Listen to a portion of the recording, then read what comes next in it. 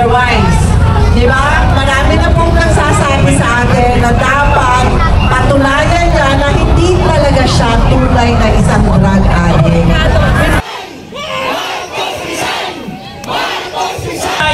Siguradong sisisihin na tayo sa mga hukay natin. Naghinayaan natin mapabalik ang Marcos para lang ransakin, walang hiyain ang bayang Pilipinas!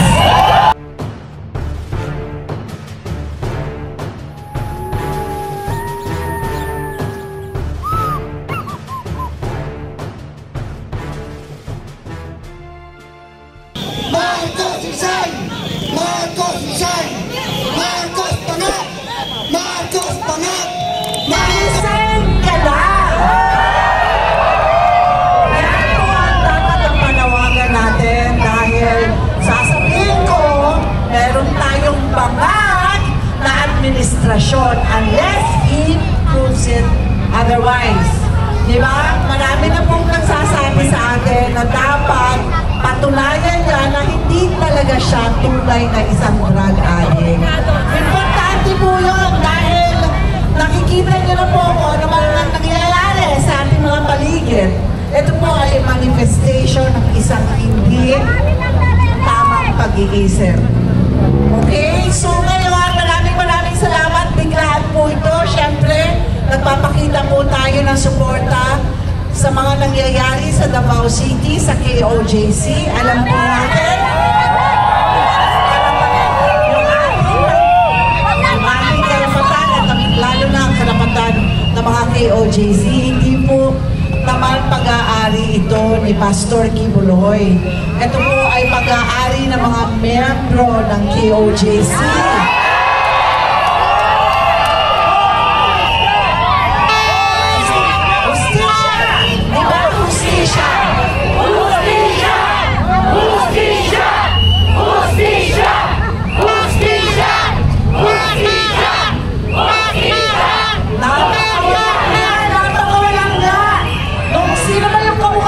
Diwata ba yun? Si Diwata ba yun?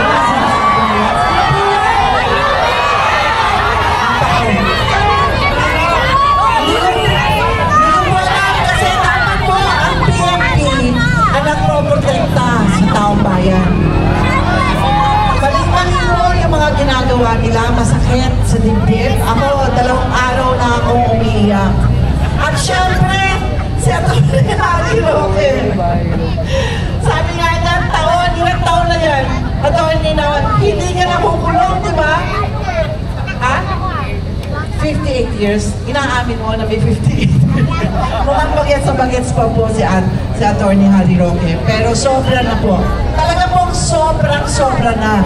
Kailangan po talaga magising na ang taong bayan. Hindi lang po kasi marami pong issues eh. Hindi ko na iisa-isahin yung PhilHealth. Isa pa yun. Talagang ko kailangan lang ginawa ito dito sa Davao, dito sa KOJC para magtakpan dahil alam nila. Alam na natin, kanina na nakawin nila ang PhilHealth. Ito, contribution po ng taong bayan. Bakit kailangan po nilang kunin? Diba? Bakit kailangan nila? Well, para sa akin, pagtanakaw yun eh.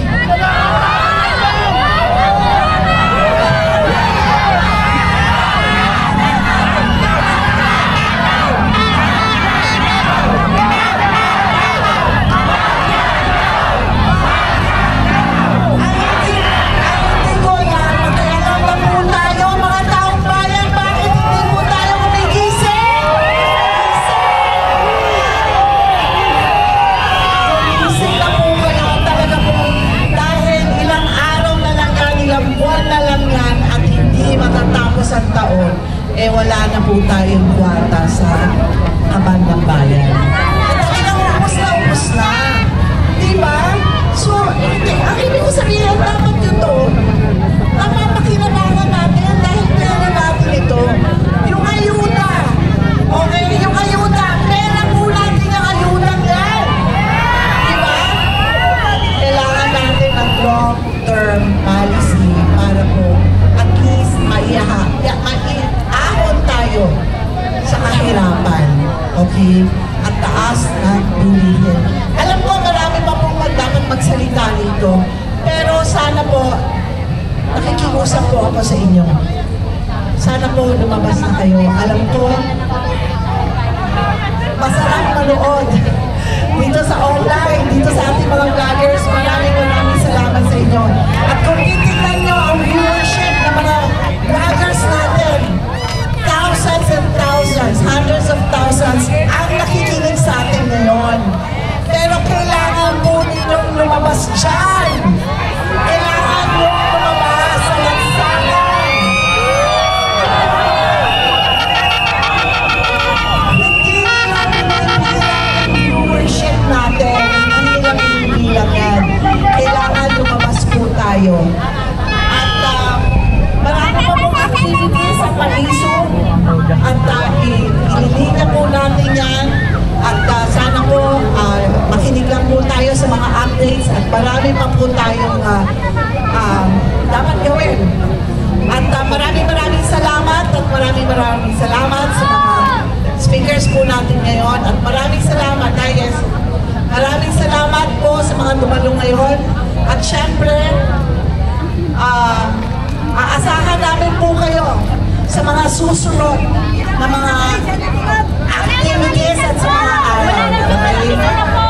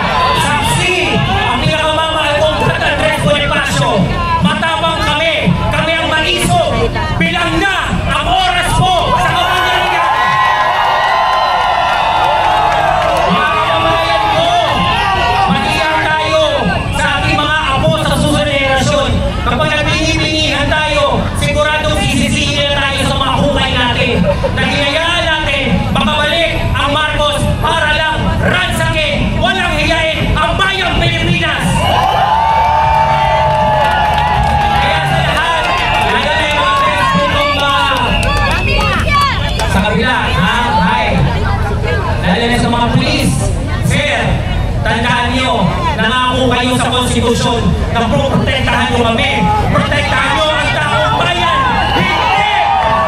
Hindi ang mga namuuno sa inyo na kunin si Pastor Kibuloy para lamang sa reward na hindi namin malaman bakit kating-kating sila. Ang dami na nilang pera. Gusto pa rin magnakaw.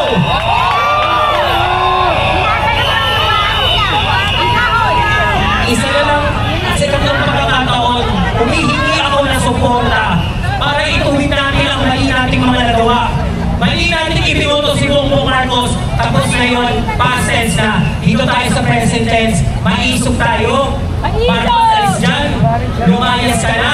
Ayaw ka na ng taong bayan. Hindi ka natin gusto. Yung isang Marcos pa.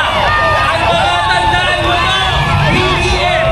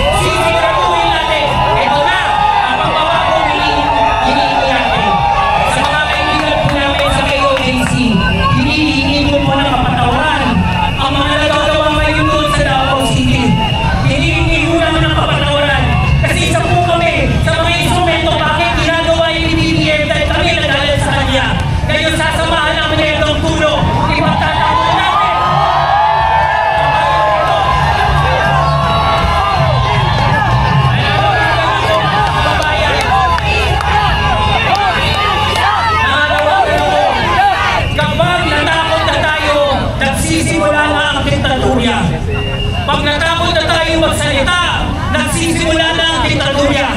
Ibilang